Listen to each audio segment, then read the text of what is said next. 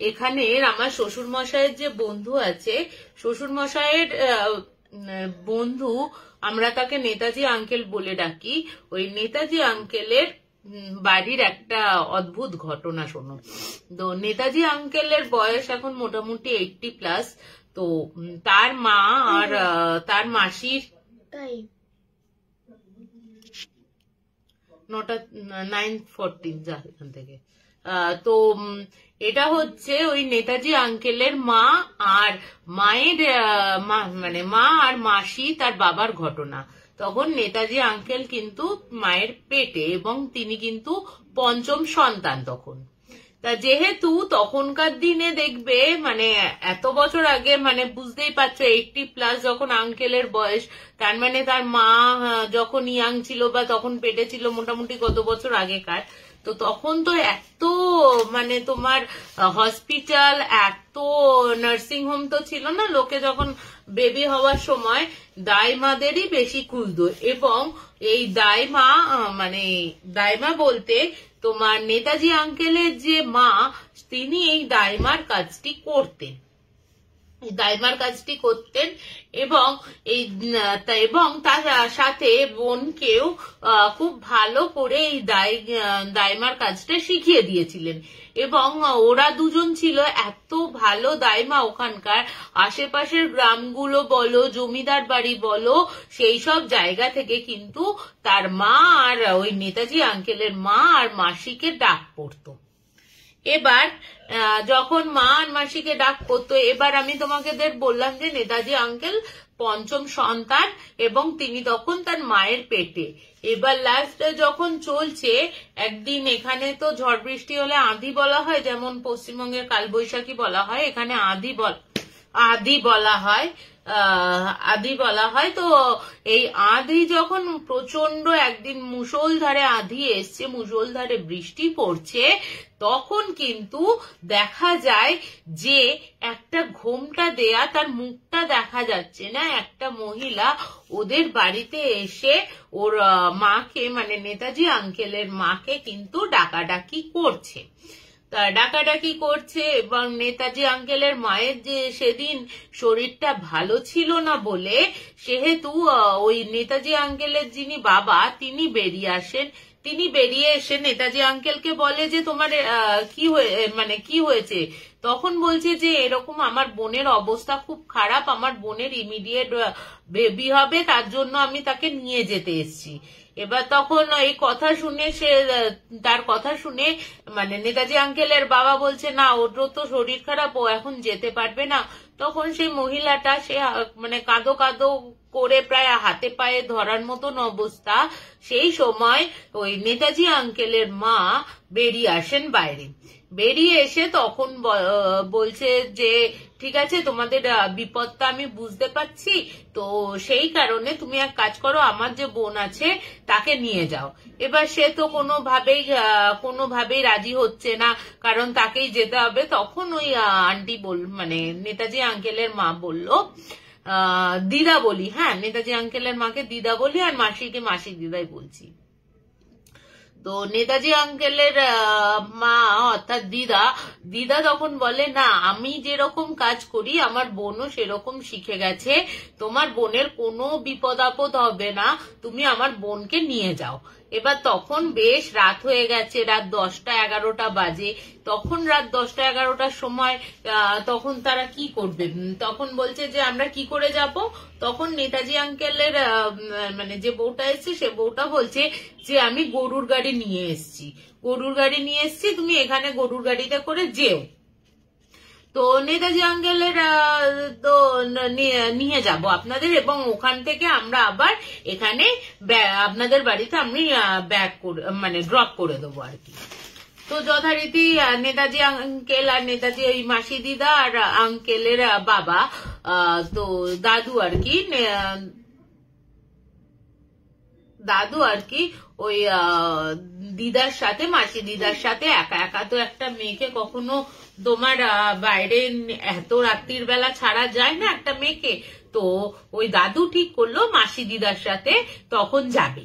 তো মাসি দিদার সাথে যাওয়ার সময় তখন কি করছে, মাসি দিদা তো প্রথমে দুটো লণ্ঠন নিয়ে এগিয়ে গেছে, আর মানে ওর হাতে একটা লণ্ঠন, মাসি দিদার হাতে একটা লণ্ঠন এবং দাদুর হাতে একটা লণ্ঠন।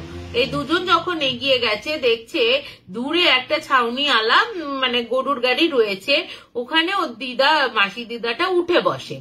এবার ওর যখন মাসি দিদাটা উঠে বসে রয়েছে এবং দাদু যখন কিছু একটা করার জন্য তখন ওনাকে বলছে, উনিও যখন উঠবেন তখন ওই মহিলা, ঘোমটা পরা মহিলাটিকে বলছে আপনাদের এখান থেকে আপনার বোনের বাড়ি কত দূর, কোথায় কি। তখন হঠাৎ করে ওনার খেয়াল হয়েছে, উনি কোনো একটা কারণে মাথা নিচু করেছেন বা যাই করে থাকুন না কেন, তো মাথা নিচু করাতে দেখতে পান যে ওই মহিলার দুখানা পা নেই, উনি যেন শূন্যে ভাসছেন। এই দেখে দেখো তখনকার দিনের মানুষরা কিন্তু এইসবে বিশ্বাস করতো চট করে। তখন উনি বুঝতে পাচ্ছেন যে কি ব্যাপারটা হয়েছে। এবার উনি ভয় পেয়ে না, দাদু ভয় পেয়ে, তুমি বিশ্বাস করবে না, মানে দিদারা মানে যখনই তার নাতি নাতনি হয়েছে তখন এই ঘটনাটা শুনিয়েছেন উনি।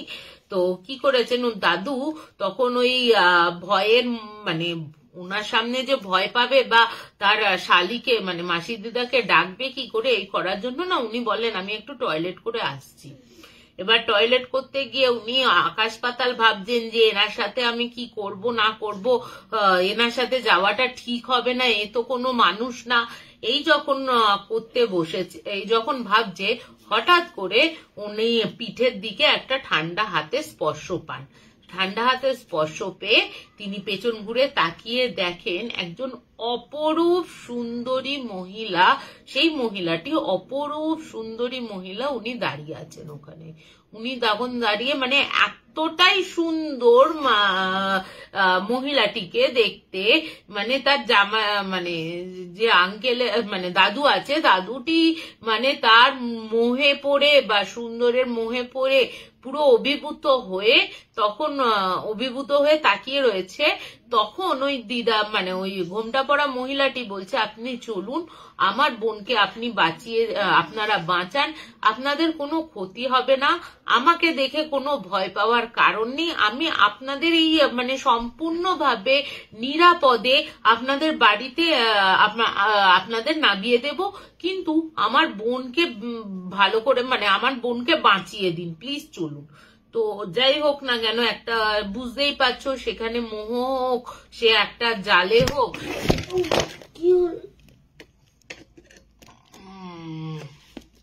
সরি আমার ছেলে খেলতে গিয়ে আমার ক্যামেরা ফেলে দিয়েছে, দাঁড়াও এক সেকেন্ড। ঘরে বদমাস থাকলে যা হয়, যাই হোক। তো তখন ওই যে মহিলাটি রয়েছে সেই মহিলাটিকে তখন আশ্বাস দেন এবং ওই রূপের জালে হোক বা তোমার মানে সেই মোহতে পড়ে হোক বা ওই হিপনোটাইজ করা বলে সম্মোহন করেই হোক, ওনার কথা শুনে ওই গরুর গাড়িতে উনি তখন উঠে বসে। এবার এই দাদু ছিল মানে নেতাজি আঙ্কেলের বাবা ছিল খুব মানে হাসি খুশি একটা মানুষ।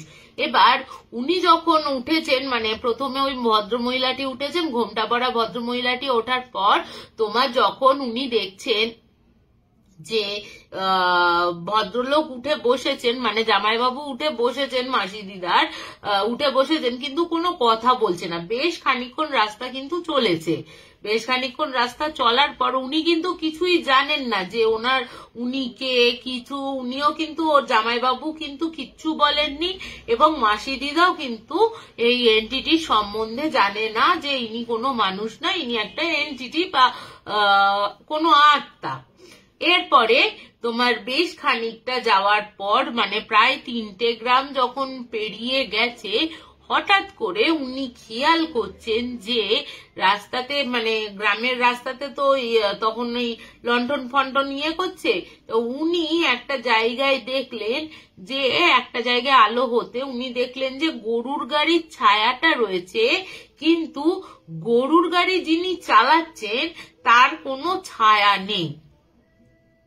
গরুর গাড়িটা রয়েছে, গরুর গাড়িটার ছায়া রয়েছে, কিন্তু ওই মানুষটি যিনি চালাচ্ছেন তার কোনো ছায়া নেই, এবং সাথে যে গরু দুটো রয়েছে তাদেরও কোনো ছায়া নেই। এবার যা বোঝার তো উনি বুঝে গেছেন। তারপরে উনি শুধু একটা কথাই বললেন যে আমি আপনার সাথে যাব না, আপনি এখানে গাড়িটা থামান, আমরা হেঁটে বেরিয়ে যাব। তখন ওই ঘোমটা পরা মহিলাটি বলছে, বিশ্বাস করুন, তখন না ওই ঘোমটাটা তুলেছে, ঘোমটাটা তুলে দেখছে একটা অপরূপ সুন্দরী একটা মহিলা। উনি তখন বলছেন যে আমি জানি আপনারা সবকিছু বুঝতে পেরেছেন, কিন্তু আপনাদের পায়ে ধরে বলছি যে আমার বোনটিকে বাঁচিয়ে দিন, না হলে আমার বোনটি বাঁচবে না। আমি বোনকে খুব ভালোবাসি, শুধু আপনাদের কোনো ক্ষতি করব না। আপনারা যেরকম ভাবছেন আমাকে, আমি কিন্তু আপনাদের কোনো ক্ষতি করব না। আপনাদের বাড়ি নিয়ে যাব, বোনের বাড়িতে নিয়ে যাব, বোনের বাড়ি থেকে নিয়ে গিয়ে আপনার ফোন এসে গেছিল, তো বাড়িতে আপনাদের ড্রপ করব। এবার উনি তো কোনোভাবে, ওই মাসি দিদা তো কোনো কথা শুনবে না, কোনো কিছু করবে না, যে না আপনি আমাদের নামিয়ে দিন, আপনি মিথ্যে করে নিয়ে যাচ্ছেন, আপনার কোনো বোন ফোন হতে পারে না, এ আবার হয় নাকি, এরকম করে বহু করছেন উনি।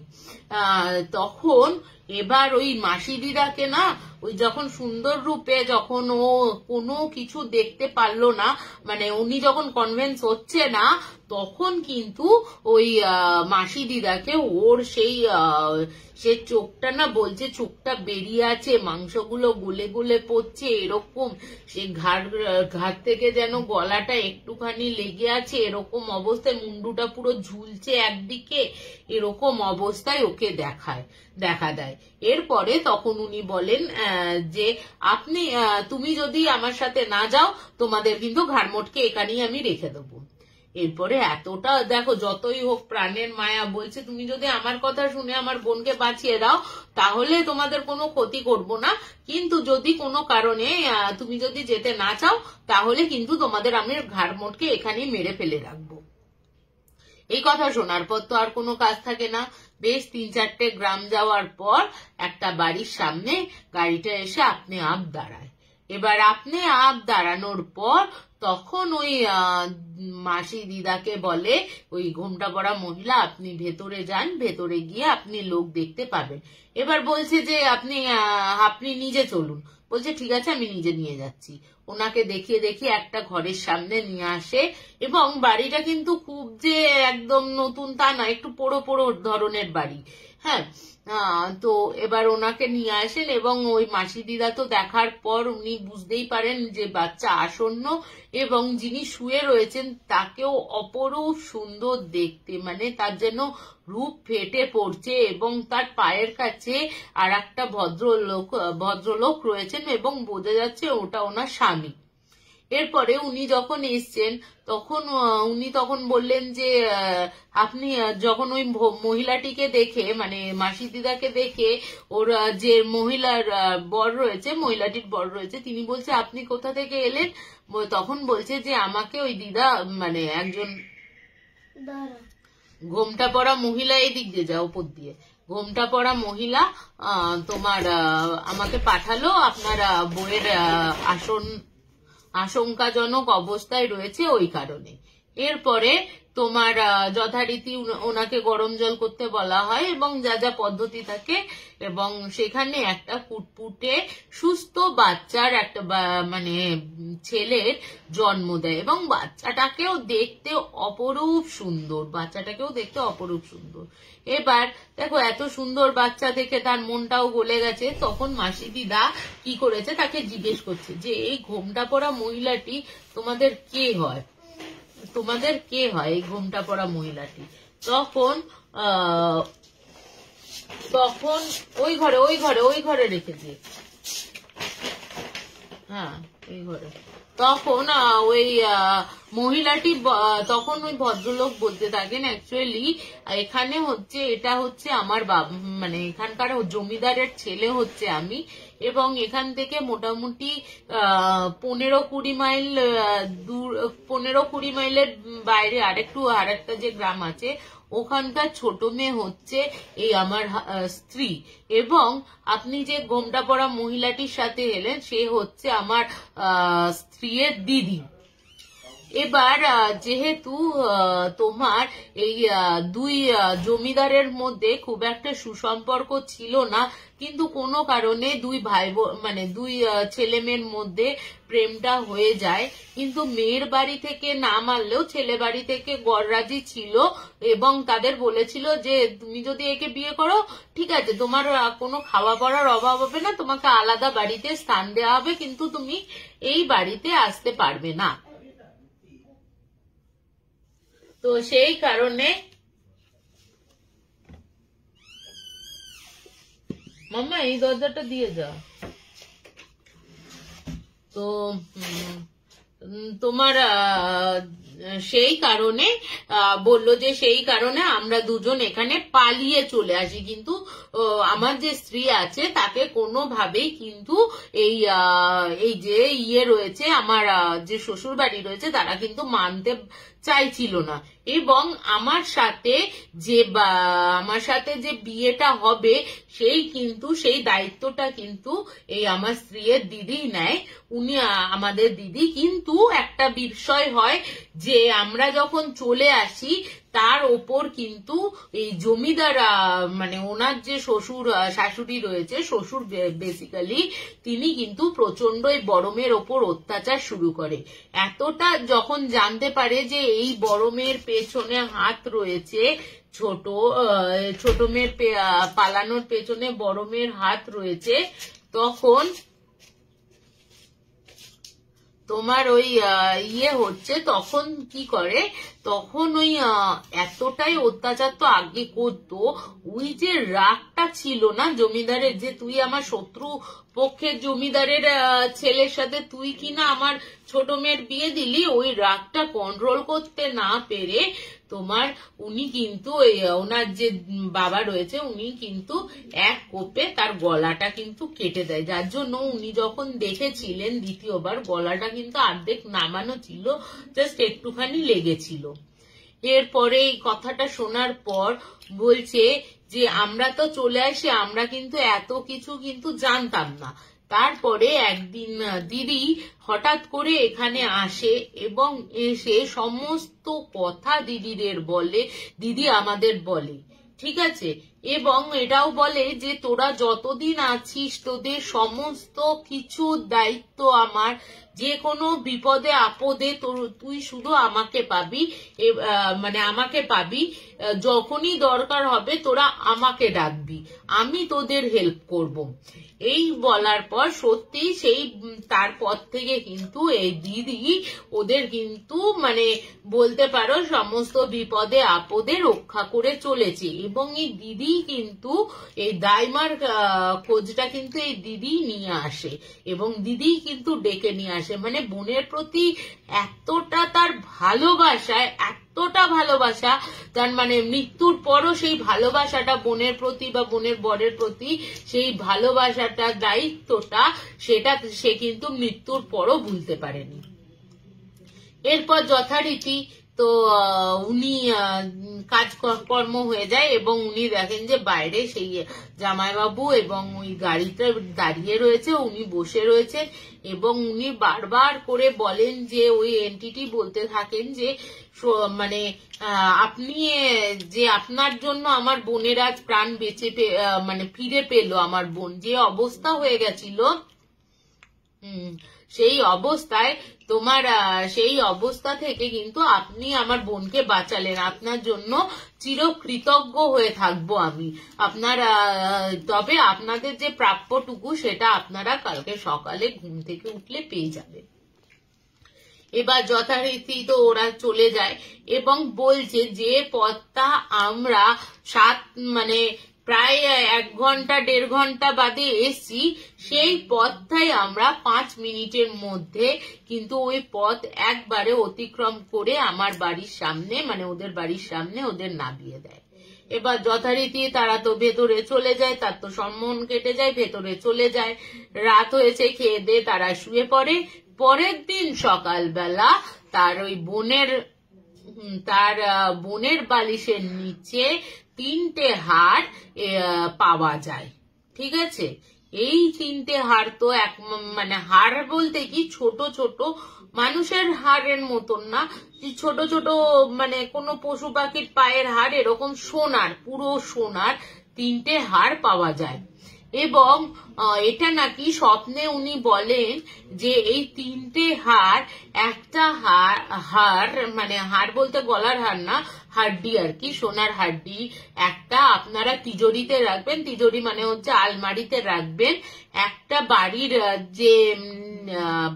যে উঠোনটা রয়েছে ওখানে পুঁতে দেবেন। এবং এটা কিন্তু পুরো ওই মহিলাটি কিন্তু বলে দিয়েছিল ওখান থেকে ফেরার পথে।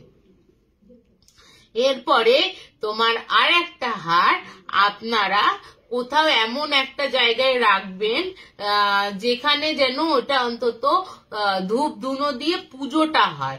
তা সেই সূত্রে আর একটা যে হাড় ছিল, ওই সোনার হাড়টি একদম লক্ষ্মীর ইয়েতে বসানো ছিল ওখানে, মানে লক্ষ্মী না, ওদের যে সিংহাসন আছে ওখানে বসানো ছিল। এরপরে বলছে ওদের তো দিন দিন আরো যে অবস্থা ছিল, তারা অ্যাকচুয়ালি কৃষক ফ্যামিলি এবং ব্যবসাও করতো, ছোটখাটো দোকান ছিল। এবং ওই 3টে জিনিস রাখার পর থেকেও তাদের রমরমা ব্যবসা হতে শুরু করে, আরো জমি জমা তারা কেনে। কিন্তু 1 বছরের পর, 1 বছর বাদে যখন তাদের সমস্ত কিছু চরম ব্যবসা পাতি টাকা পয়সার দিক দিয়ে যখন অনেকটা হাই হয়ে গেছে, হঠাৎ করে একদিন ওই আঙ্কেলের বাবা মারা যায়। তখন কিন্তু আঙ্কেল কিন্তু সবে হয়েছে 1 মাস বা 1.5 মাস হবে। এরপরে একটা ভয়ঙ্কর গাড়ি অ্যাক্সিডেন্টে ওই নেতাজি আঙ্কেলের বাবা অর্থাৎ দাদু মারা যায়। মারা গেল এবং এমন ভাবে এতটাই ভয়ানক পরিস্থিতি ছিল, এত ভয়ানক পরিস্থিতি ছিল যে তোমার তার মানে মুখ বডি পুরো একটা চাকার সাথে না আটকে গেছিল। সে মানে বলছে বেলচা দিয়ে তুলে তুলে তার বডি আনতে হয়েছিল, এতটাই তার মর্মান্তিক মৃত্যু হয়েছিল। এবং যেদিন ও জামাইবাবুর মৃত্যু হলো সেই দিনই সেই মাসি দিদা বাথরুমে পড়ে গিয়ে সম্পূর্ণভাবে প্যারালাইজড হয়ে গেল এবং তার ওঠা চলা খাওয়া দাওয়া সম্পূর্ণ মানে খাওয়া দাওয়া ওঠা চলা সম্পূর্ণ বন্ধ হয়ে গেল। খাওয়া দাওয়া বলতে উনি যখনই কিছু খেতে যান তখনই ওনার কিন্তু তোমার বমি হয়ে যায়, মানে কোনো খাবারই সেটা কিন্তু সহ্য করতে পারছিলেন না। এরপরে তোমার একদিন যেদিন মানে তার সেই দিদা যখন মাসি দিদা ভাবছে যে তার জীবনটা একেবারে শেষের পথে, একদম মৃত্যু আসন্ন, তখন কিন্তু তখন দিদাকে কিন্তু ডেকে পাঠায়, মানে ওই যে ইয়েটা রয়েছে যে নেতাজি আঙ্কেলের মাকে ডেকে পাঠায়। নেতাজি আঙ্কেলের মাকে ডেকে পাঠিয়ে বলে যে কি হয়েছে ব্যাপারটা। তখন বলছে দেখ দিদি, একটা ভুল হয়ে গেছে, যে হাড়গুলো রয়েছে সেই হাড়গুলো তুই কিন্তু কোনো মন্দিরে দান করে দিস, এইগুলো এখন অভিশপ্ত হয়ে গেছে। এবার ওর দিদা তো শুনে অবাক হয়ে গেছে, কি ব্যাপার কি ব্যাপার। তখন ওই মাসি দিদা বলছে যে এই জামাইবাবু এমন একটা লোভ করে ফেলেছিল যে লোভের বশে মানে তার এতটাই হিতাহিত জ্ঞান শূন্য হয়ে গেছিল যে একবার তাকে বারণ করা সত্ত্বেও, একবার কোনোভাবে তার জীবনটা পেয়ে মানে ভিক্ষা পাওয়ার পর আবার জামাইবাবু একই ভুল কাজ করলো। সেই ভুল কাজটা কি, যে এই যে হাড্ডিটা পেয়েছিল এবং ওনার মনে হয়েছিল যে ওই ঘোমটা পরা মহিলাটি রয়েছে, ওই ঘোমটা পরা মহিলাটির কাছে হয়তো ওই সোনার হাড্ডি বানানোর কিছু রয়েছে, যার জন্য ওই হাড্ডিটা বানাতে পারছে। এরপরে উনি কোনো এক কাপালিকের কাছে মানে ওনাকে যদি বশ করা যায় উনি তাহলে আরো ওই সোনার হাড্ডি সোনার কিছু পাবেন এরকম একটা আশা করে বা ওনার বশে করলে ওনাকে দিয়ে অনেক কাজ করানো যাবে এরকম হয়তো কোনো চিন্তা ভাবনা জামাইবাবুর মাথায় চলছিল। একদিন এক কাপালিকের সাথে উনি কন্ট্যাক্ট করেন।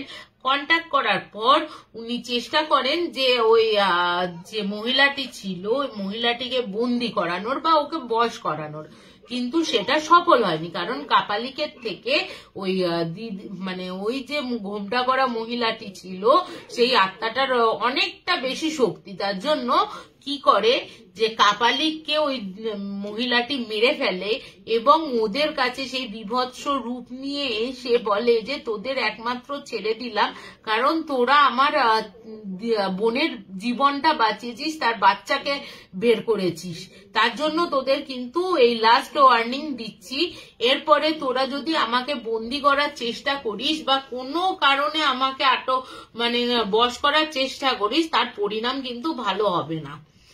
এরপরে তো এই কথাগুলো কিন্তু জামাইবাবু কিন্তু মাসি দিদাকে বলেছিল কারণ দুজনে মিলে যেহেতু ওরা কাজ করেছিল সেহেতু কিন্তু ওর মাসি দিদাকে সমস্ত কথা জামাইবাবু বলে, কিন্তু এইটা বলে না, এটা পরের দিকে বলে যে আরো একটা ভালো তান্ত্রিকের কাছে উনি যান যেখানে ওনার কাছে ওই মানে বেশ আত্মা ফাত্তা নাকি উনি বশ করতে পারেন এরকম একজন জানা পরিচিত মানুষের কাছে যান এবং উনি জামাইবাবু বলে যে এইটা যদি করতে পারা যায় তাহলে কিন্তু আমরা প্রচুর আরো বড় লোক হয়ে যাব, আরো আমাদের টাকা পয়সা আসবে, তো আর কোনো চিন্তা থাকবে না। এই কারণে ওই কথা বলার পর ওই তান্ত্রিকের সাথে জামাইবাবু যায়। বাবা একটু ফ্যানটা চালিয়ে দে না, ফ্যানটা চালিয়ে দে, ওই ঘরে চলে যা শুতে, নাহলে কোলে কোলে আমরা নিয়ে যেতে পারবো না। তো এবার ওই তান্ত্রিকের কাছে গিয়ে ফেরার পথে তোমার ওর কিন্তু জামাইবাবুর কিন্তু ওই বিভৎস ভাবে মৃত্যুটা হয় এবং তারপর থেকে ওই যে দুটো হাড়টা ছিল মানে তিনটে হাড় ছিল যেটাকে পুজো করা হচ্ছে ওটা তো রয়েছে, আর যে দুটো হাড় ছিল ওই দুটো হাড়কে ওনারা সোনা ভাঙিয়ে আর মন্দিরে কিন্তু গয়নাগাটি করে মন্দিরে দান করে দেয় এবং যে লাস্ট যে হাড়টি ছিল ওই হাড়টি যখন ভাঙতে যাবে তখন কিন্তু সেই ঘোমটা পরা মহিলাটি আবার দেখা দিয়ে বলে যে এই হাড়টি কোনো কিছু আপনারা করবেন না, যদি করেন তো আপনাদেরই ক্ষতি হয়ে যাবে, আপনারা রাখতে পারেন, এটাতে কোনো ক্ষতি হবে না আপনাদের, এটা আপনাদের ভালোর জন্য। তো এই বলে ওই হাড়টি ছিল এবং ওই নেতাজি আঙ্কেলের যে মা ছিলেন তিনি কিন্তু সবসময় বলতেন যে এই হাড়টি হচ্ছে অভিশপ্ত, আমি লাস্ট যে মানে আমি যখন মারা যাব এই হাড়টি উনি বলে গেছিলেন যে এই হাড়টি কিন্তু তোমরা কোনো মন্দিরে গয়না বানিয়ে হোক বা সরাসরি হোক এই হাড়টি কিন্তু দান করে দিও, কারণ তারপরে তো আমার পরে তো আর আমার পরবর্তী জেনারেশনকে আর তো কিছু বলে যায়নি, সুতরাং ভগবানের কাছে যেহেতু এটা সিংহাসনে পূজিত হতো ওইটা কিন্তু তোমরা কিন্তু ভগবানের আসনে দিয়ে দেবে। তো এই করে মানে উনি যখন মারা যান তারপরে ওই আসন থেকে ওইটা বের করে মানে ওইটা পুরো সরাসরি এক মন্দিরে মানে বালাজি মন্দিরে দান করে দেওয়া হয়।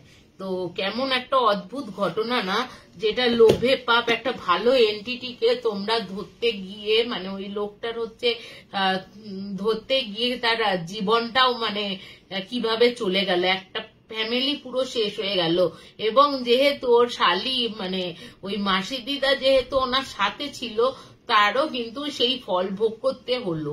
এবং বলে রাখি এই ঘটনাটা বলার পর কিন্তু ওর মাসি দিদারও কিন্তু মৃত্যু হয়। তো এই হচ্ছে একটা ঘটনা, কেমন লাগলো আমাকে জানিও। তো গীতাদি বলছে কি সাংঘাতিক ব্যাপার, সত্যি মানে আমি যখন আঙ্কেলের কাছে শুনেছিলাম না আমি বলছি এটা হয় নাকি আঙ্কেল। তো বিশাল দি বলছে ও মাই গড কি সাংঘাতিক, সত্যি বাবা এক একটা এমন ঘটনা আসে না তখন মনে হয় এইগুলো সত্যি হয়, মানে তখন তো তাও এত আগেকার দিনের ঘটনাগুলো আসে, কিন্তু তুমি মানে বলতে পারো যে এই নতুন নতুন যেসব আসে আরো কাহিনীগুলো, তখন তো মানে বিশাল ভয় লাগে আর কি।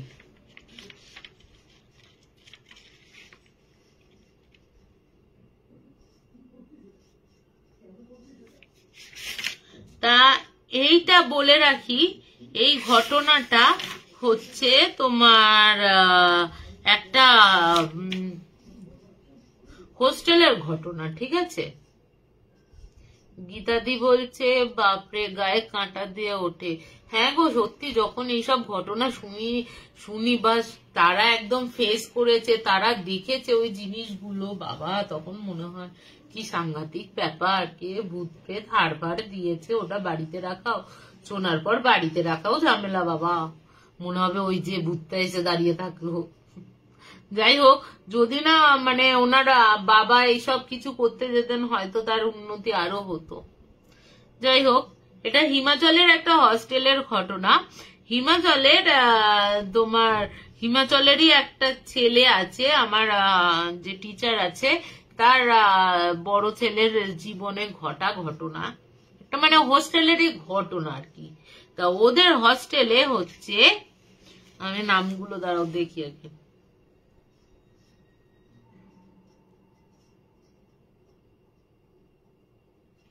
এক সেকেন্ড।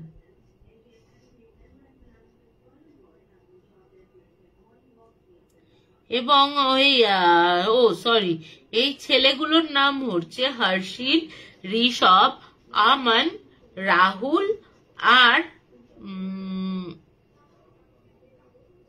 হ্যাঁ সরি, এই চারজন হচ্ছে হরিহরাতা। আমান হচ্ছে দিদি মানে গানটির ছেলে, মানে ম্যামের ছেলে আর কি। তো ওই ম্যামের ছেলে ছোটবেলা থেকে কিন্তু হোস্টেলে থেকে, হিমাচলের হোস্টেলে থেকে মানুষ হচ্ছিল। তা ওরা যখন 9-10-এ পড়ে তখন ওদের হোস্টেলে একটা ছেলে থাকতো, ঠিক আছে? মানে ছেলেটি কিরকম, ওদের স্কুলেই পড়াশোনা করতো এবং তার হচ্ছে তো ওই ছেলেটি হচ্ছে কোনো হিমাচলের না, অন্য কোথা থেকে এসছে। কিন্তু ওই ছেলেটির একটাই প্রবলেম হচ্ছে যে ওই ছেলেটি না প্রচুর কামাই করতো এবং বাড়িতেও হয়তো এমন কিছু প্রবলেম ছিল, সেটা হস্টেল কর্তৃপক্ষ হোক, স্কুল কর্তৃপক্ষ হোক, সেটা জানতো এবং তাকে অ্যালাউ করতো। হয়তো খুব বেশি দিন হলে দিন 7-8 হয়তো থাকতো হস্টেলে, আবার যেসব নোটসের দরকার থাকতো সেইগুলো নিয়ে চলে যেত। কখনো পরীক্ষার সময় মানে পরীক্ষার সময় বেশিরভাগ আসতো। এটা তুই যেভাবে দুলে দুলে বলছিস, ছোটবেলায় আমি এইভাবে পড়তাম, আমারও খুব ভাল লাগে দুলে দুলে, আমিও পড়তাম দুলে দুলে পড়াটা। যাই হোক, অভ্যাস হয়ে গেছে আর কি মাটিতে দুলে দুলে পড়তে পড়তে। হ্যাঁ, ছোটবেলায় অনেক স্মৃতি কিন্তু থেকে যায় বলো, আমরা এরকম যে দুলে দুলে ইয়ে করি। তো আমাদের যেরকম ছোটবেলা ছিল না, আমি এই ঘটনাটা বলার আগে বলি, আমাদের যেরকম ছোটবেলা ছিল, আমার ছেলের ছোটবেলা কিন্তু সম্পূর্ণ আলাদা, জানো তো? মানে ওরা যেন আরো অনেক বেশি, মানে বলে না অল্প বয়সে একটু বেশি বুঝে যাওয়া, এরা একটু অল্প বয়সে বেশি বুঝে গেছে, মানে যেটুকু দরকার থাকে তার থেকে বেশি বুঝে যায় এরা আর কি। মানে তুমি যদি নাও এক্সপ্লেন করো তারাও কিন্তু বুঝে যায় যে এটাই হয়েছে। কিন্তু আমাদের সময় কিন্তু আমাদের কিন্তু অত মাথা ব্যথা ছিল না।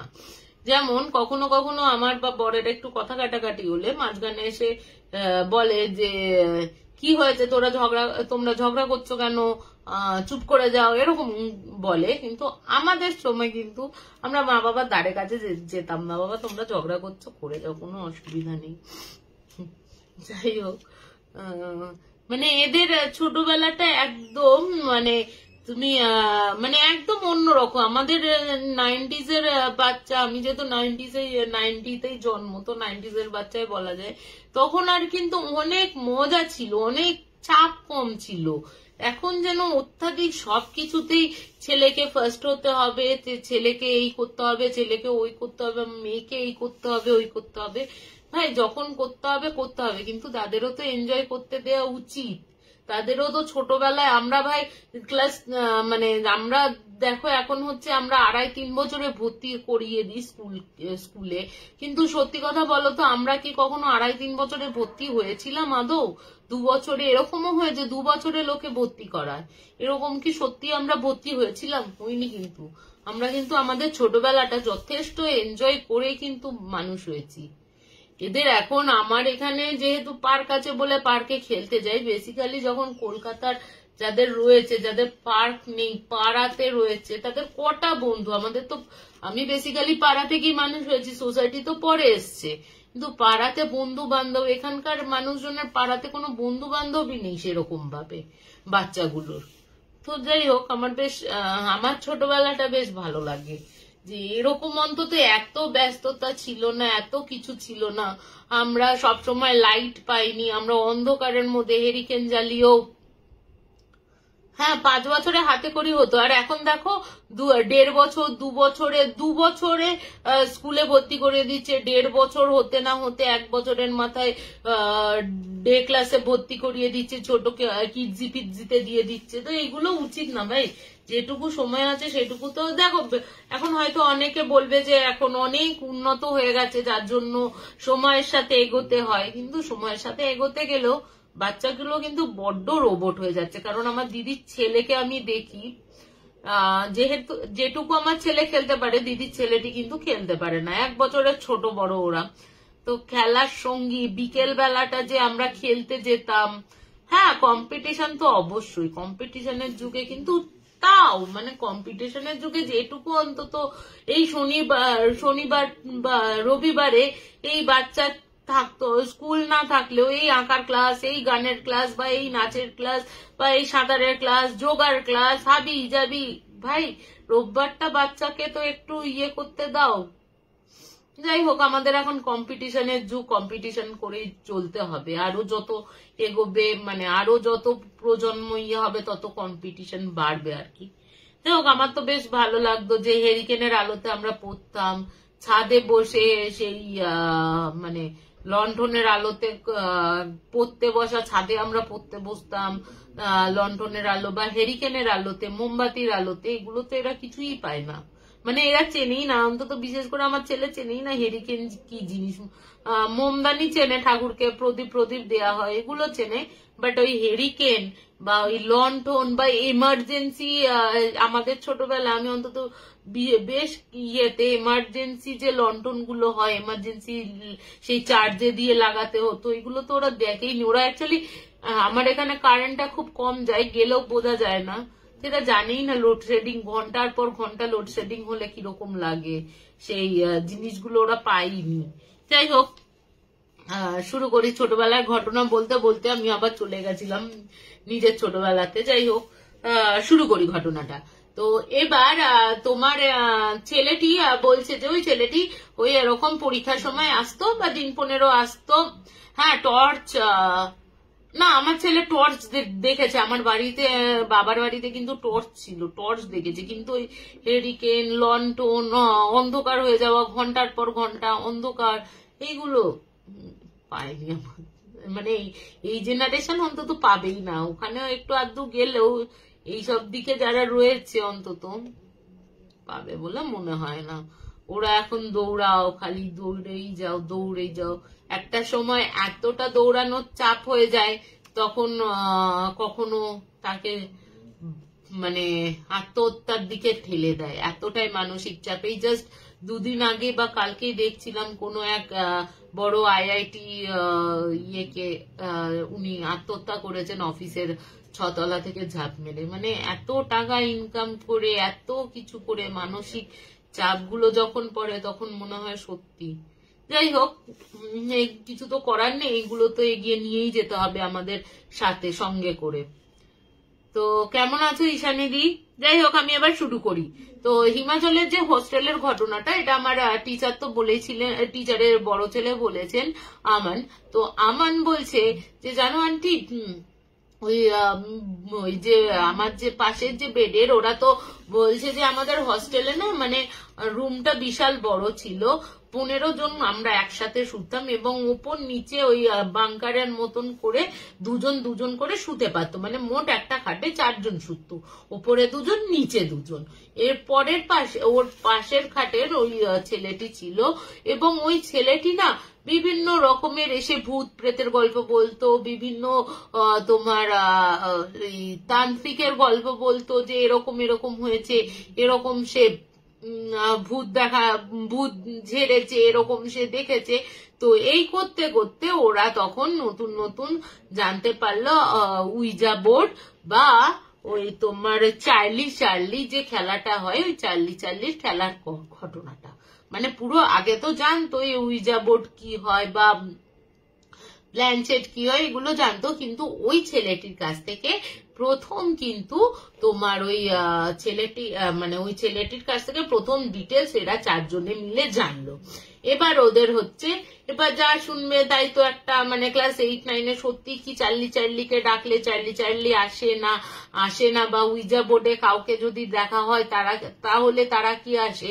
এবার বলে রাখি ওদের এই পাশে তো ওই ছেলেটি থাকতো আর এই পাশে ওই আরো 4 জন থাকতো। ওই 4 জনের নিচে আর একটা ছেলে যে ছিল হর্ষিল বলে, ওরও ওইটা বন্ধু ছিল ভালো। এরপরে ওরা কি করলো, ওদের হস্টেলে না রাত 11টা বাজলেই সমস্ত লাইট বন্ধ হয়ে যায় এবং যে যার 11টার সময় তোমাকে শুয়ে পড়তেই হবে। এরপরে ওরা শুয়ে পড়ে, যখন সবাই শুয়ে পড়ে বেশ খানিকটা রাত, তখন ওরা মোমবাতির আলো একটু সামান্য মানে ঢুকে যাতে বাইরের আলোটাও না যায় এরকম ভাবে ওরা 4 জনে ওই উইজা বোর্ড কোথা থেকে জোগাড় করে নিয়ে মানে কোথাও গেছে, ওই উইজা বোর্ডে ওরা নিয়ে আসে, মানে কোথা থেকে ওরা পেয়েছিল, বাড়ি আসার পরে হয়তো পেয়েছিল। ওই উইজা বোর্ডে গিয়ে ওখানে ওই আত্মাকে ডাকে, প্রথম দিন ডাকে, কোনো সারা শব্দ পাওয়া যায় না এবং সেকেন্ড অ্যাটেম্পে চার্লিকে ডাকে, চার্লিকেও কোনো মানে কোনো কিছুই সারা হয় না এবং ওরা অনেকক্ষণ যেহেতু এরকম হচ্ছে ওরা দূর বোগাস বলে এইসব কিছু হয় না, এইসব বলে ওরা ছেড়ে মানে ওরা যে যার ওপর নিচে করে ঘুমিয়ে পড়ে। এরপরে ওরা আবার স্কুলে গিয়ে আলোচনা করে, ওই 4 জন মিলে আলোচনা করে যে তোমার ওই জিনিসটা মানে ওই জিনিসটা হয়তো ফালতু ও হয়তো ঢপ মেরেছে, আমাদেরও হয়তো শোনা উচিত হয়নি, এরকম হয়তো মানে নিজেরা আলোচনা করতে করতে তখন বলছে যে আমরা একটা কাজ করি আজকে রাত্রির বেলা আবার একটা অ্যাটেম্প নিই। এই করে পরপর 3 রাত অ্যাটেম্প নেয় এবং দুরাতের কোনো কিন্তু সিমটম দেখা যায় না।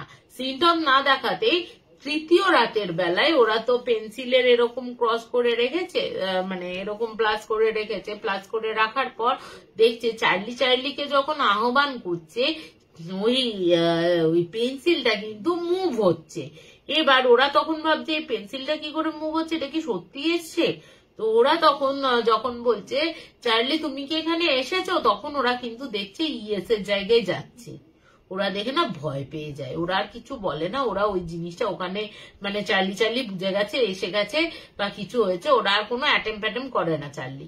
কিন্তু ওরা আর একটা করে হচ্ছে উইজা বোর্ডকে তোমার ওখানে বসে ওরা 4 জনে হাত দেয় এবং কিছুক্ষণ বাদে ওরা দেখে এরকম করে ইয়েস নো এই নাম ওই নাম মানে ওর কি নাম এরকম জানতে চাইছে, কিন্তু নামের ক্ষেত্রে দেখা যাচ্ছে যখনই জিজ্ঞেস করা হচ্ছে তোমার নাম কি তখনই নোতে চলে যাচ্ছে। এইসব দেখে ওদের তো যতই হোক ক্লাস 9 বাচ্চার কত বড় হবে, কত বুদ্ধি হতে পারে তাই না তাদের।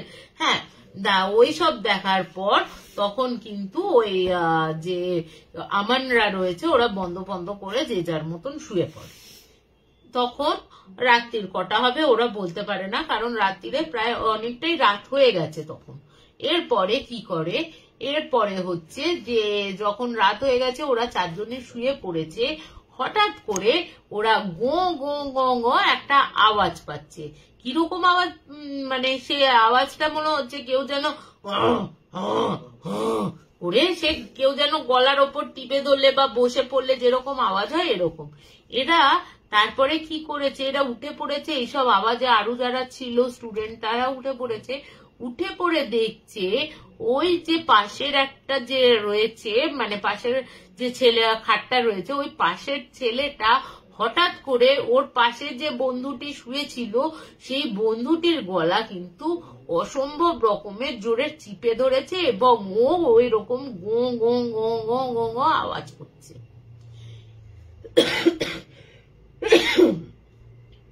এরপরে যখন ওর বন্ধু বান্ধবরা, মানে আরো যারা বন্ধু ছিল,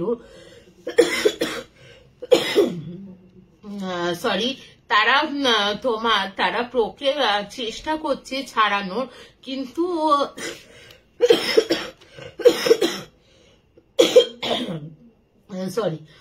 তারা ছাড়ানোর চেষ্টা করলেও তারা কিন্তু কিছুতেই ছাড়াতে পারছে না। তখন যে হোস্টেলের যে স্যার আছে, ওয়ার্ডেন আছে, তাকে ডেকে আনে, সুপারকে ডেকে আনে, এবং ওই সুপার এসে যখন ওকে জোর করে ছাড়ানোর চেষ্টা করছে, বলছে যখন ও ঘুরে তাকিয়েছে, এতক্ষণ তো ছেলেরা করছে, ও যখন ঘুরে তাকিয়েছে জাস্ট এরকম আমাদের যে সাদা অংশটা রয়েছে বা মনিটা রয়েছে, মনিটার জায়গায় না পুরো লাল হয়ে রয়েছে, পুরো মনিটা লাল, এবং তার চারপাশে, হ্যাঁ একটু মানে আবার করতে হবে, আমি একদম বোতল নিতে ভুলে গেছি গো গীতাদি।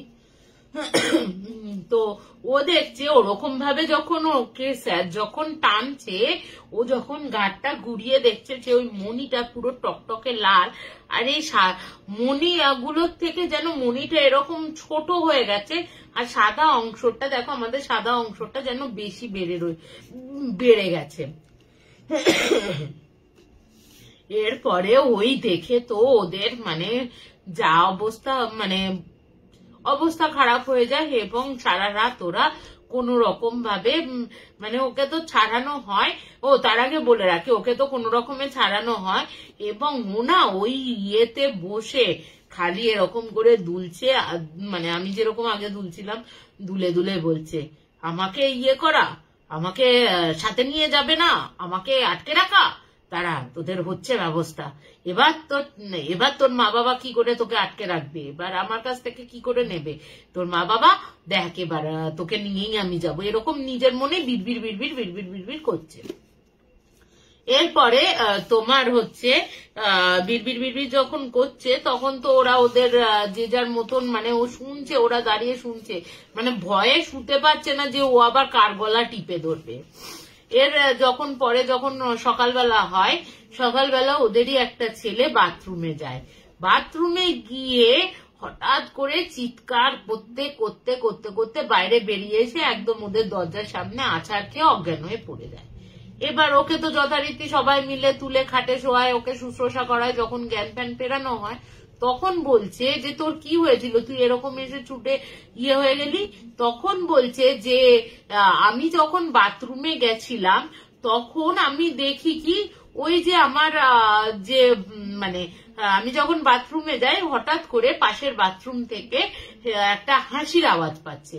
এবার ওদের বাথরুমটা কি ছিল, ওদের বাথরুমটা না একদম পুরো দেয়ালের ওপর সাথে ছিল না, মাঝখানে গ্যাপ ছিল, মানে এই পাশের ওই পাশে অনেকটা উঁচু হলেও এপাশে ওপাশে দেখা যেত না, কিন্তু অনেকটা ওপর ছিল। ও তখন ভাবছে হয়তো পাশে কোনো বাথরুমে কোনো বন্ধু বান্ধব রয়েছে বা দাদারা রয়েছে এরকম, কিন্তু ওই হাসিটা ও দেখছে যে হঠাৎ করে ওর মনে হচ্ছে ওই হাসিটা যেন বারবার করে, বা কোনো একটা মুখ ওই বারবার করে তোমার ওই যে জায়গাটা ফাঁক রয়েছে ওই ফাঁকের ওই জায়গা থেকে এরকম এরকম করে মুখ বাড়াচ্ছে, কিন্তু ও যখনই দেখছে সরে যাচ্ছে ব্যাপারটা। এবার ও তো যথারীতি টয়লেটে মানে ফ্রেশ হওয়ার জন্য বসেছে, হঠাৎ করে ও যখন বসে রয়েছে টয়লেটে তখন ও দেখছে ওপর থেকে ফোঁটা ফোঁটা রক্ত পড়ছে। এবার ও তো অবাক হয়ে যায়, যখন ওর গায়ে ফোঁটা ফোঁটা রক্ত পড়ছে ও তখন অবাক হয়ে অবাক হয়ে ওপরের দিকে তাকায়, ওপরের দিকে তাকিয়ে দেখছে একটা শুধু কাটা মাথা, যার তলা থেকে টপ টপ করে রক্ত পড়ছে, সেই কিনা হাহা হাহা করে যে হাসির আওয়াজটা পাচ্ছিল, সে আওয়াজটা পাচ্ছে, মানে সেই অ্যাকচুয়ালি হাসছে এবং তার গলা থেকে টপ টপ টপ টপ করে রক্ত পড়ছে, যা কিনা ওর পায়ের মধ্যে লেগেছিল। এবং এটা কিন্তু ওর বন্ধুরাও সেটা দেখেছে যে ওর পায়ের মধ্যে রক্ত লেগে রয়েছে, পায়ে হাতে এরকম ফোটা ফোটা রক্তের দাগ। এই দেখে ও আর নিতে পারেনি, ও এসে এখানে অজ্ঞান হয়ে যায়। এরপরের দিন আর একদিন হয়েছে কি, আর একদিন ওরা কয়েকজন বন্ধু মিলে পাশাপাশি একটা মানে লম্বা বারান্দা, তো তার পাশাপাশি লম্বা লম্বা ঘর মানে আদার্স ঘরগুলো রয়েছে। একদিন কয়েকজন বন্ধু মিলে, তারা একটু উঁচু ক্লাসের, মানে ক্লাস 10 ফেন হবে এরকম, উঁচু ক্লাসের 11, 10, 11 এরকম হবে, তারা 4টে বন্ধু মিলে ওদের ছাদে না, মানে যেখানটা রয়েছে ওদের দোতলায় ঘরটা ছিল, ওদের দোতলার ওপরে 3 তলায় ছাদ, এবং ছাদে কিন্তু কাউকে উঠতে দেয়া হতো না। এবার ওই দাদাগুলো যখন কথা বলছে, ওদের হঠাৎ করে মনে হলো কেউ যেন ধপধপ ধপধপ করে সিঁড়ি দিয়ে ওপরে উঠে গেল। এবার যারা পেছন দিক মুখ করেছিল তারা তো বুঝতে পারছে না, কিন্তু যারা অপোজিট সাইডে ছিল তারা তো দেখতে পাচ্ছে, কারণ ওই সিঁড়িটা দেখা যাচ্ছে ওখান থেকে পরিষ্কার আলোর মধ্যে। এবার শুধু ওই পায়ের ধপধপ ধপধপ আওয়াজটাই পাওয়া যাচ্ছে, কিন্তু কে যে উঠছে সেটা কিন্তু দেখা যাচ্ছে না। এরপরে ওরা যখন বলছে যে কে যেন উঠলো, কিন্তু কাউকেই তো দেখতে পেলাম না, শুধু পায়ের আওয়াজ। এবার ওরা কি করেছে, সাহস নিয়ে ওই সিঁড়ির ওপরের দিকে, হ্যাঁ আজকে গীতাদি বলছে আজকে রাতে ঘুমাতে দিবি না মনে হচ্ছে। তুমি ভাবো আমি যখন শুনি এইগুলো কিরকম হয়, আমারও মনে হয় থাক আজকে আর বাথরুমে যেতে হবে না। যখন ইন্ডিয়ান প্যারানর্মাল সোসাইটি অফ ইন্ডিয়াতে ছিলাম তখন মনে হতো এগুলো গুদুর, এগুলো জলবাদ, ও কিচ্ছু হয় না। এখন যখন এই কাহিনীগুলো শুনি তখন মনে হয় রাখতে তুই থাক, সকালবেলা হোক তারপর যাবো বাথরুমে। ঘুম তো তখন আরো ব্যাপার, বিশেষ করে রাত্রির বেলা যখন বাথরুমে যেতে হয় তখন মনে হয় সব ভূতগুলো আসছে একেবারে চারিদিক থেকে চেয়ে। যাই হোক, ওই 4টে ছেলে কি করেছে, ওপরের দিকে উঠেছে। উঠে কিছুটা ওরা ভাবছে যে এই সিঁড়িটা দিয়ে যখন ওপরে উঠছে তখন ওরা তখন ভাবছে যে এই সিঁড়িটা দিয়ে তো ওপরে উঠলো, কিন্তু আওয়াজ তো পেলাম, কিন্তু সে তো নিচে নেমে আসবে, কারণ ওপরে সিঁড়িতে পুরো তালা দেওয়া, ছাদে কাউকে যেতে দেওয়া হয় না। এবার ওরা 4 জনে কি করেছে, ওরা 4 জনে কিন্তু ওই ভেতর দিয়ে ওরা গেছে, মানে সরি সিঁড়ি দিয়ে ওপরে উঠছে। উঠে দেখছে কি ওই যে ধপ ধপ হঠাৎ করে ওরা শুনছে ওই ওপর থেকে একটা সিঁড়িটা কিছুটা ফাঁক, তারপর এই দিক থেকে বেঁকে ওই দরজার কাছে যাওয়া যায়। এবার ওরা শুনছে কি ওই ধপ ধপ আওয়াজটা হঠাৎ করে নিচের দিকে নেমে আসছে। এইবার ওরা বলছে কি আমরা না ভাবছি যে ওই করে মানে যেটুকু জায়গা আছে ওইখানটা কাকে আমরা মানে দেখবো কে আসছে, কিন্তু বিশ্বাস করবে না ওরা কাউকে দেখতে পায়নি, এবং শুধু এইটুকু বুঝতে পেরেছে যে বিশাল আকৃতির কোনো একটা ছায়া, সেটা মানে অবয়বটা যেটা সেটা কোনো নারী না পুরুষ সেটা বুঝতে পারেনি, কিন্তু প্রচন্ড লম্বা চওড়া একটা ছায়া ওই ওপর থেকে সিঁড়ি দিয়ে ধুপধুপ ধুপধুপ করে নিচে নেমে আসছে, এবং সে এতটাই তার ভারীর আওয়াজ, ওরকম ধূপ ধূপ ধূপ ধূপ আওয়াজ হচ্ছে। ওরা তো ওই দেখে সাত তাড়াতাড়ি ওই মানে যখন নামছে ওই ছায়ার মতন ওরা দেখে ওরা 7 তাড়াতাড়ি এই দিকটা চলে আসছে, কিন্তু ওরা দেখলো যে ওরকম ওপর থেকে নেবে ওরা যখন সরে এসছে দেখতে চাইছে যে ওটা কি, মানে ওদেরও মানে বলিহারি দিয়ে এত দেখার কি আছে। তো ওই যে মানে যে অবয়বটাকে দেখেছে ওরা দেখলো কি ওই সিঁড়ি থেকে নেবে ওই সামনের যে বারান্দাটা ছিল ওই বারান্দাটা ওইখানটা গিয়ে মিলিয়ে গেল, সিম্পলি মিলিয়ে গেল ওইখানটায়। এবার ওই দেখে তো ওদের অবস্থা টাইট, এবার যে যার মতন ওরা কিন্তু ঘরে চলে যায়। এরপরে এরকম প্রায় দিনই দেখা যেত ওই বাথরুম থেকে তোমার ওরকম কেউ ভয়ে চিৎকার করে চলে আসছে।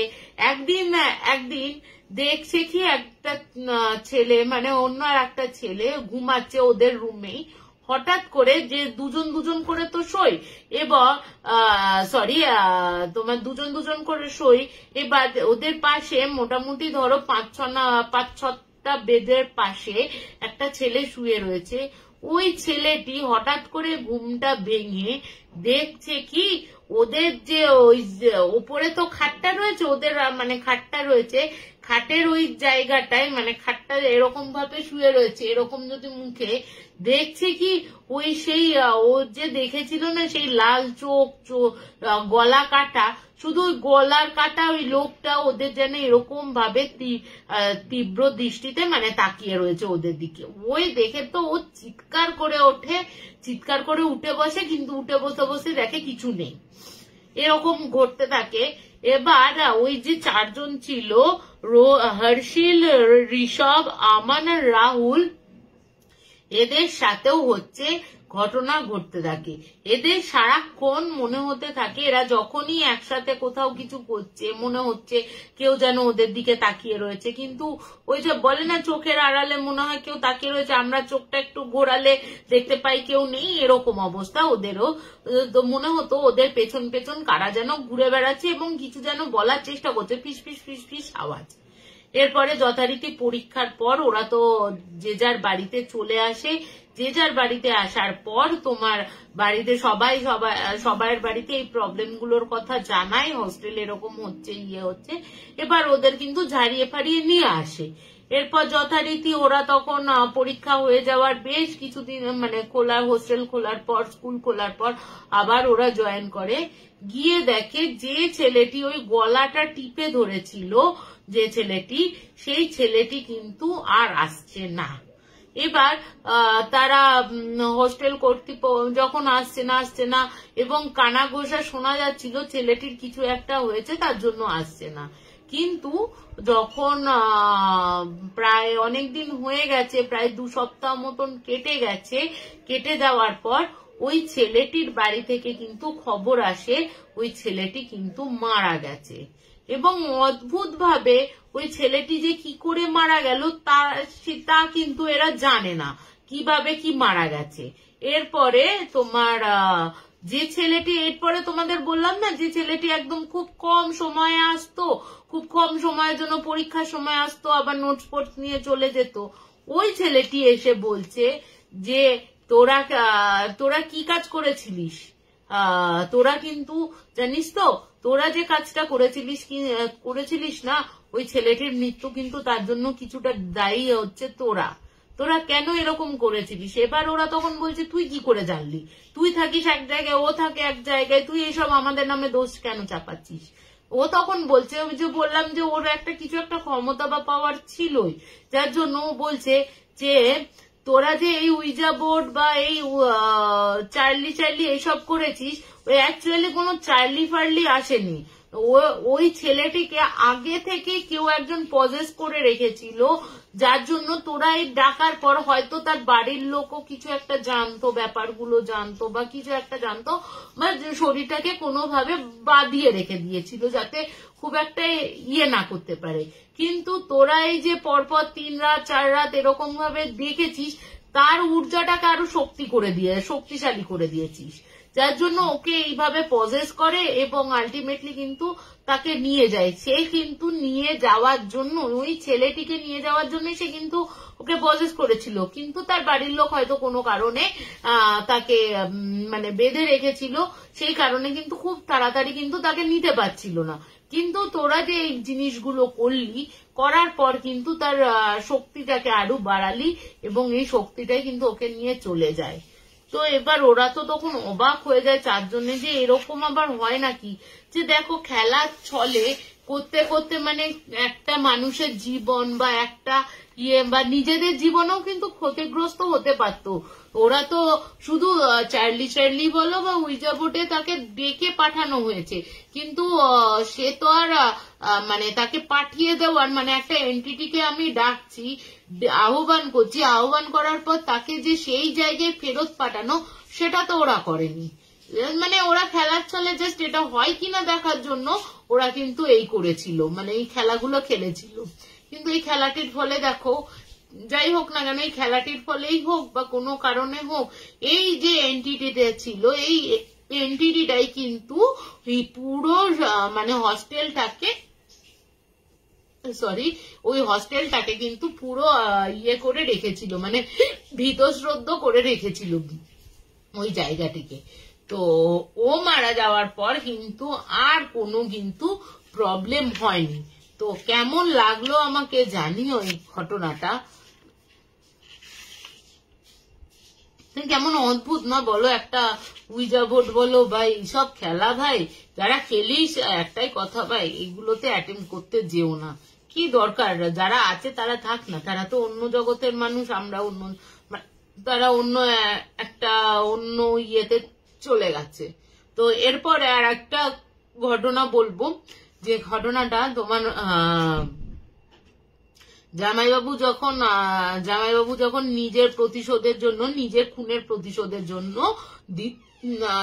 নিজের স্ত্রীকে তোমার জেলে পাঠায়। তো এই ঘটনাটা নেক্সট দিন বলবো।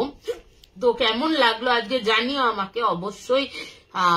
তো এখানেই শেষ করছি, আবার নেক্সট ডে তোমাদের সাথে আবার দেখা করব। শুভরাত্রি, খুব ভালো থেকো তোমরা, গুড নাইট।